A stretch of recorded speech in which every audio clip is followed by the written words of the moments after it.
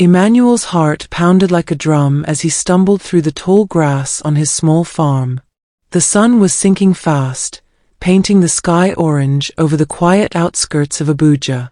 His worn-out boots crunched on the dry soil, and his hands gripped the old hoe he used to till his yam field. He was tired, hungry, and ready to head home when he saw something strange. A man lying face down in the dirt, blood staining his fancy white shirt. Emmanuel froze. "Who is this?" he whispered to himself. The man wasn't moving. Was he dead? Emmanuel's hands shook as he dropped his hoe and crept closer. The stranger's clothes looked expensive, like something you'd see in those big shops in the city, not on a poor farmer's land. His face was hidden, but there was a deep cut on his arm, and blood pooled under him. Emmanuel's mind raced. What if he's a thief? Or worse? He glanced around, but the farm was silent except for the chirping crickets. He wanted to run, but something stopped him. What if this man needed help? He knelt beside the stranger and gently shook his shoulder. "Oga, you okay?" he asked, his voice trembling. The man groaned softly, his eyelids fluttering. He was alive. Emmanuel's heart leaped, but then he noticed something glinting in the grass, a shiny gold watch, half covered in dirt. It looked like it cost more than Emmanuel's entire farm. Who was this man? And why was he here, bleeding on Emmanuel's land? Before he could think, a loud shout echoed from the road nearby. "Find him. He can't be far." Rough voices cut through the evening air, and Emmanuel saw flashlights bobbing in the distance. Someone was coming, someone dangerous. His stomach twisted. What had he just stumbled into? Let's go back to the beginning, before Emmanuel's world turned upside down. Emmanuel was a 35-year-old farmer living on the edge of Abuja, in a small village called Gbagalape. His life was simple but hard. Every morning, he woke up at 5 a.m. to tend his small yam and maize farm. His tiny mud house had a leaky roof, and his only treasures were a rusty bicycle and a small radio that sometimes worked. He didn't have much, but he was proud of his hard work. Emmanuel lived alone. His wife, Sandra, had left him 2 years ago, taking their son, James, to live with her family in Lagos. She said she couldn't handle the struggle of village life anymore. Emmanuel missed them every day, but he sent what little money he could spare, hoping one day they'd come back. For now, he worked his farm, sold his crops at the market, and prayed for better days. That morning, like every other, Emmanuel woke up early. He ate a small bowl of leftover yam porridge and rode his bicycle to the farm. The sun was hot, and his back ached as he dug the soil. One day, things will change, he told himself. He dreamed of saving enough to buy a bigger farm or maybe even a small shop in the city. But dreams felt far away when he could barely afford new shoes. As he worked, his friend Chidi stopped by. Chidi was a talkative motorcycle driver who loved sharing city gossip. "Emmanuel, you hear about that big man, Chief Okoye?" Chidi asked, leaning on his bike. "They say he's the richest man in Nigeria. Owns half of Abuja hotels, companies, everything." Emmanuel laughed. "What's that got to do with me? I'm just a farmer." Chidi grinned. "You never know, my friend. Maybe one day you'll meet someone like that and your life will change." Emmanuel shook his head. Rich people didn't come to Gbagalape. The only strangers here were traders or lost travelers. But Chidi's words stuck with him. As he worked under the hot sun, he wondered what it would be like to have money, real money. No more worrying about food or fixing his roof. Maybe he could even bring Sandra and James back. He sighed and kept digging. Dreams were nice, but they didn't fill an empty stomach. That afternoon, something felt off. Emmanuel noticed tire tracks near the edge of his farm, deep ones, like from a big car. His village didn't see fancy cars often. Most people here used bicycles or okadas like Chidi's. He frowned, wondering if someone had driven through by mistake. He followed the tracks, but they disappeared into the bush. Strange, he muttered. He didn't have time to think about it though. The market was tomorrow, and he needed to harvest more yams. He worked until the sun began to set, his muscles sore and his shirt soaked with sweat. That's when he decided to take one last walk around his farm to check for pests. And that's when he found the man. Back to the moment Emmanuel found the injured stranger. The voices from the road were getting closer. Emmanuel's heart raced. He didn't know who these people were, but they sounded angry and dangerous. He looked down at the man, who was still groaning softly. "Oga, can you hear me?" Emmanuel whispered. "Who are you? What happened?" The man mumbled something, but Emmanuel couldn't make it out. His eyes darted to the gold watch again. It looked so out of place on his farm, like a diamond in the dirt. He wanted to help, but those voices were too close now. He could see 3 flashlights moving through the grass, maybe 50 meters away. "Check the farm," one voice shouted. "He's got to be here somewhere." "Check the farm," one voice shouted. "He's got to be here somewhere." Emmanuel's stomach dropped. Were they looking for this man? Were they the ones who hurt him? He didn't know what to do. If he left the man here, they might find him and finish what they started. But if he stayed, what if they saw him? He wasn't strong enough to fight off 3 men. He made a quick decision. "I can't leave you," he whispered to the stranger. With all his strength, he dragged the man behind a pile of yam sacks he'd stacked earlier. The man was heavy, and Emmanuel's arms burned, but he managed to hide him just as the flashlights got closer. He crouched low, his breath shallow. The men were now on his farm, their boots crunching the soil. One of them, a tall man with a scar on his cheek, held a flashlight and a stick. "Chief, where are you?" he shouted, his voice cold and angry. Emmanuel's eyes widened. Chief? Was this injured man someone important? His mind spun with questions, but he stayed quiet, praying they wouldn't see him. The men searched for a few minutes, kicking over buckets and cursing. "He's not here," one of them finally said. "Let's check the road again." As their flashlights faded, Emmanuel let out a shaky breath. But his relief didn't last long. The injured man groaned again, louder this time. Emmanuel clapped a hand over his mouth. "Sure, please," he whispered. "They'll hear you." The man's eyes opened slightly, and for the first time, Emmanuel saw his face clearly. He looked older, maybe 50, with a neatly trimmed beard and deep lines on his face. His eyes were full of pain but also something else, fear. "Help me," he whispered. Emmanuel nodded. "I will. But we need to move." He didn't know who this man was or why those men were after him, but he couldn't leave him here. Not now. Emmanuel's farm was no longer safe. He needed to get the man somewhere else, but where? His house was too small, and the village clinic was too far. Plus, those men might come back.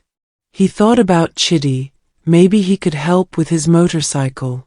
But what if Chidi asked too many questions? And what if those men saw them? As Emmanuel helped the man sit up, something fell from the stranger's pocket, a small black phone, sleek and shiny. Emmanuel picked it up, and the screen lit up with a name, Chief Daniel Okoye. His heart skipped a beat. Okoye? Wasn't that the name Chidi mentioned? The richest man in Nigeria? Before he could process it, headlights flashed in the distance. A car was coming, fast. The same rough voices shouted, "There! I see something." Emmanuel's blood ran cold. They were back, and they were closer than ever. He grabbed the man's arm. "We have to run. Now." But as he pulled, the man cried out in pain, clutching his side. Blood seeped through his shirt again. Emmanuel's eyes darted between the man and the approaching headlights. If he stayed, they'd both be caught. If he ran, he'd have to leave the man behind. What should he do? Emmanuel's heart hammered as the headlights swept across his yam field. The rough voices of the men echoed closer, their boots stomping through the grass. "He's here somewhere," one shouted. Emmanuel crouched behind the yam sacks, his arm around the injured man, whose weak groans made him wince. The man's blood soaked Emmanuel's shirt, and the shiny phone with Chief Daniel Okoye on the screen burned in his pocket. Was this really the richest man in Nigeria? And why were these men hunting him? Emmanuel whispered, "Oga, we need to move. Can you walk?" The man's eyes fluttered, and he nodded faintly. Emmanuel didn't know where to go, but staying here meant trouble. He glanced at the path to his house, too open they'd be seen. The bush behind the farm was his only chance, thick with tall grass and trees. "Hold on," he said, slinging the man's arm over his shoulder. With a deep breath, Emmanuel half-carried, half-dragged the man into the bush.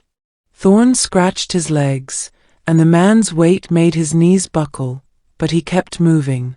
The headlights flashed closer, and a voice yelled, "Check the bush." Emmanuel's stomach twisted. They were so close. He pushed deeper, finding a small ditch hidden by leaves. He lowered the man into it and covered them both with branches. "Stay quiet," he whispered. The men's flashlights cut through the darkness, slicing the air just above their heads.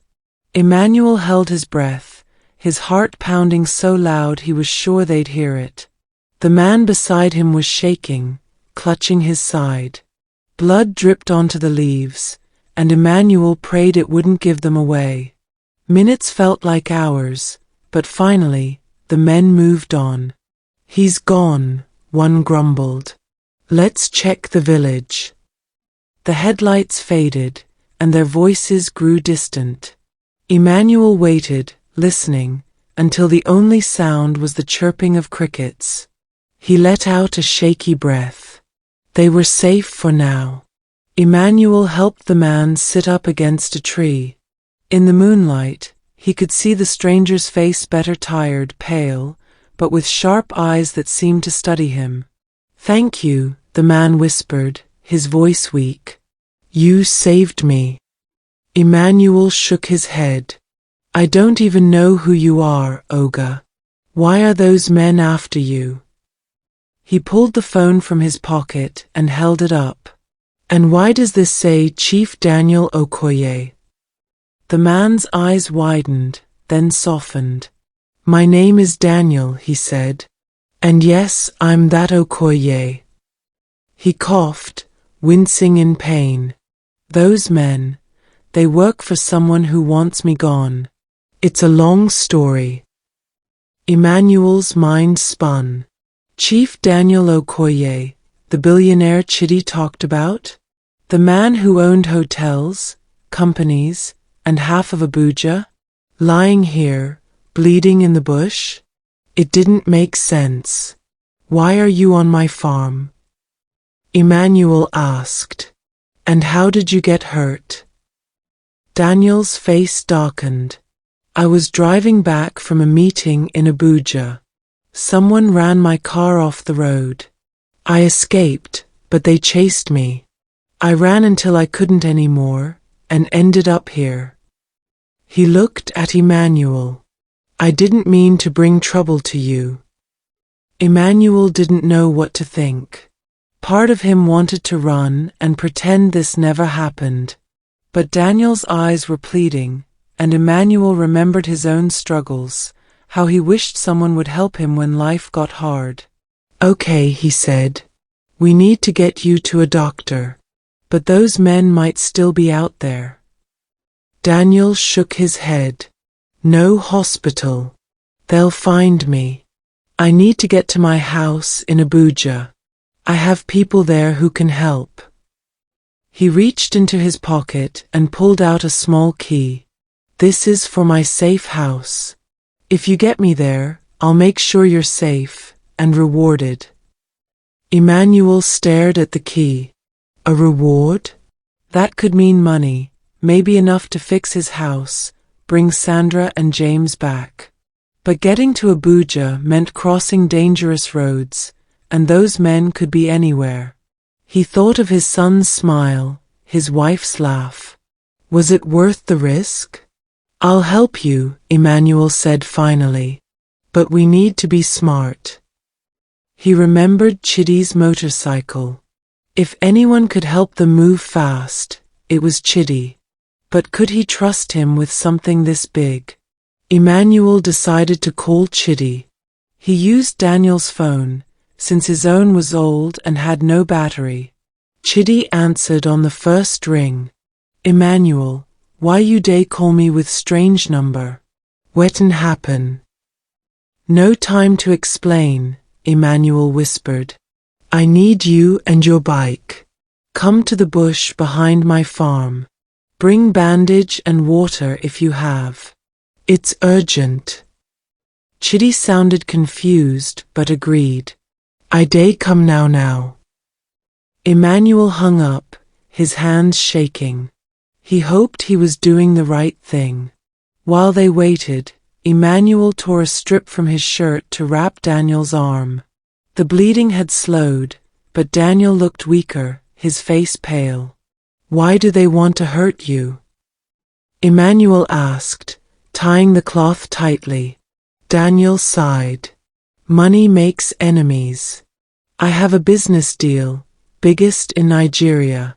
Some people don't want it to happen. They think if I'm gone, they'll get the money." He looked at Emmanuel. "You're a good man. Most people would have left me." Emmanuel shrugged. "I know what it's like to need help and not get it." He thought of Sandra leaving, the lonely nights. He didn't want to be that kind of person. Soon, the rumble of a motorcycle broke the silence. Chidi arrived, his eyes wide as he saw Daniel. "Emmanuel, who be this?" "Wetin dey happen?" he whispered, handing over a bottle of water and a small first aid kit. "No time," Emmanuel said. "We need to get him to Abuja. Fast." He explained the plan: take the back roads to avoid the men, get to Daniel's safe house. Chidi looked nervous but nodded. "If you say so, my brother. But this one day smell like trouble." They helped Daniel onto the motorcycle, squeezing him between Emmanuel and Chidi. The bike wobbled under the weight, but Chidi gunned the engine, and they sped off into the night. The cool air whipped Emmanuel's face as they raced through dirt paths, avoiding the main road. Every shadow made him jump, every sound felt like danger. Halfway to Abuja, the motorcycle's headlight caught something, a black SUV parked across the path. Emmanuel's heart sank.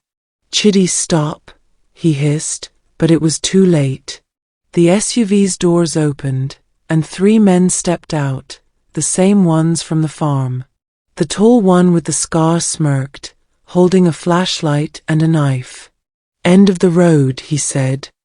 "Hand over Chief Okoye." "End of the road," he said.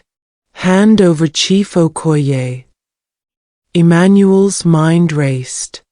How did they know? He looked at Chidi, whose hands were shaking on the handlebars. "Chidi," Emmanuel whispered, "did you tell them?" Chidi's eyes darted away. "I'm sorry, Emmanuel," he mumbled. "They came to me before you called. They offered money, big money.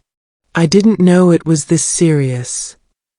Emmanuel felt like he'd been punched. His best friend betrayed him? For money? He wanted to scream, but Daniel's weak voice cut through. Don't blame him, Daniel said. They're good at using people. The scarred man stepped closer. Give us Okoye, and you walk away, farmer. We don't care about you. Emmanuel's hands clenched. He thought of James, of the life he wanted for his son. He thought of Daniel, who trusted him. He couldn't give up now. No, Emmanuel said, his voice firm. You won't take him. The man laughed. Big mistake. He raised his knife, and the other two men moved forward. Emmanuel's heart pounded. They were trapped, 3 against 1, with a weak man and a traitor for help. Just as the scarred man lunged, a loud honk blared from behind. Bright lights flooded the path, and a white van screeched to a stop. 2 men in suits jumped out, holding guns. Drop the knife, one shouted. The scarred man froze, his face twisting in anger. Emmanuel's jaw dropped. Who were these people? Daniel's eyes lit up. My security, he whispered. They found me. The scarred man and his goons didn't back down. You think you can stop us? He snarled. He swung his knife at Emmanuel, who ducked just in time. The van's men fired warning shots into the air, and chaos erupted. Chidi screamed and dove to the ground. Emmanuel grabbed Daniel, pulling him behind the motorcycle. Bullets flew, and Emmanuel's ears rang. He didn't know who would win, or if he'd survive. All he knew was he had to protect Daniel. But as the fight raged, a new sound came, a low rumbling noise, like another car approaching. Friend or enemy? Emmanuel's heart raced. What now? The new vehicle was a police truck. Sirens wailed as officers poured out, shouting orders. The scarred man and his goons dropped their weapons, hands in the air. Daniel's security team explained everything, how they'd been tracking Daniel's phone, how they'd called the police after losing him in the crash. The attackers were arrested, their plan to stop Daniel's business deal exposed. Emmanuel sat on the ground, exhausted, as paramedics tended to Daniel. Chidi approached, head down. Emmanuel, I'm sorry, he said. I was scared. They threatened my family. Emmanuel wanted to be angry, but he saw the shame in Chidi's eyes. You made a mistake, he said. But don't let it happen again. Chidi nodded, tears falling. Daniel was taken to a hospital, but before he left, he grabbed Emmanuel's hand. You saved my life, he said. I won't forget this. He handed Emmanuel a card with an address. Come to my office in Abuja tomorrow. The next day, Emmanuel, still in his worn-out clothes, stood nervously in a shiny office building. Daniel, now bandaged but stronger, smiled. Emmanuel, I owe you everything. Name what you want. Emmanuel thought of Sandra and James. I just want my family back, he said. And maybe a chance to make my farm better. Daniel nodded. Done. I'll pay for your son's school, your wife's return, and a new farm bigger with machines. And I want you to work with me. I need honest people like you. Months later, Emmanuel's farm was thriving. Sandra and James came back, their small house now fixed and full of laughter. Emmanuel never forgot that night in the bush, the night he chose to help a stranger. He didn't know it then, but that choice changed his life forever. What do you think about this story? Please leave your comments, likes, and share, as this will motivate us to give you more interesting stories.